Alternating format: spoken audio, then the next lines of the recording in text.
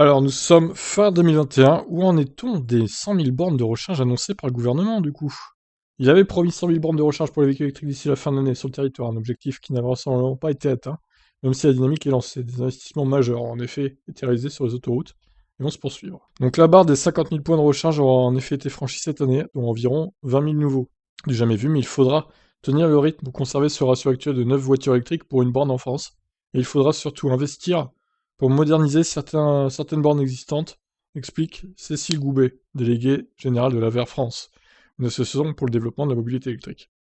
C'est très important de moderniser ces points de recharge parce qu'ils fonctionnent, néanmoins, ils ne correspondent pas à ce qu'on peut attendre en tant qu'utilisateur en termes de qualité de service. Ensuite, il faut absolument poursuivre les efforts en matière d'équipement des copropriétés, en matière d'équipement des entreprises et également en voirie, explique-t-elle. Des investissements majeurs ont été réalisés sur les autoroutes et vont se poursuivre. Au Total a par exemple prévu 200 millions d'euros pour équiper 110 bornes haute puissance d'ici fin 2022 en France. C'est le réseau Unity, dont plusieurs grands constructeurs sont actionnaires, envisagent 7000 bornes d'ici 2025. Bon bref, tout ça pour dire que l'objectif n'a pas du tout été atteint, on a dépassé la moitié de l'objectif, mais bon, on en est loin des 100 000. Hein.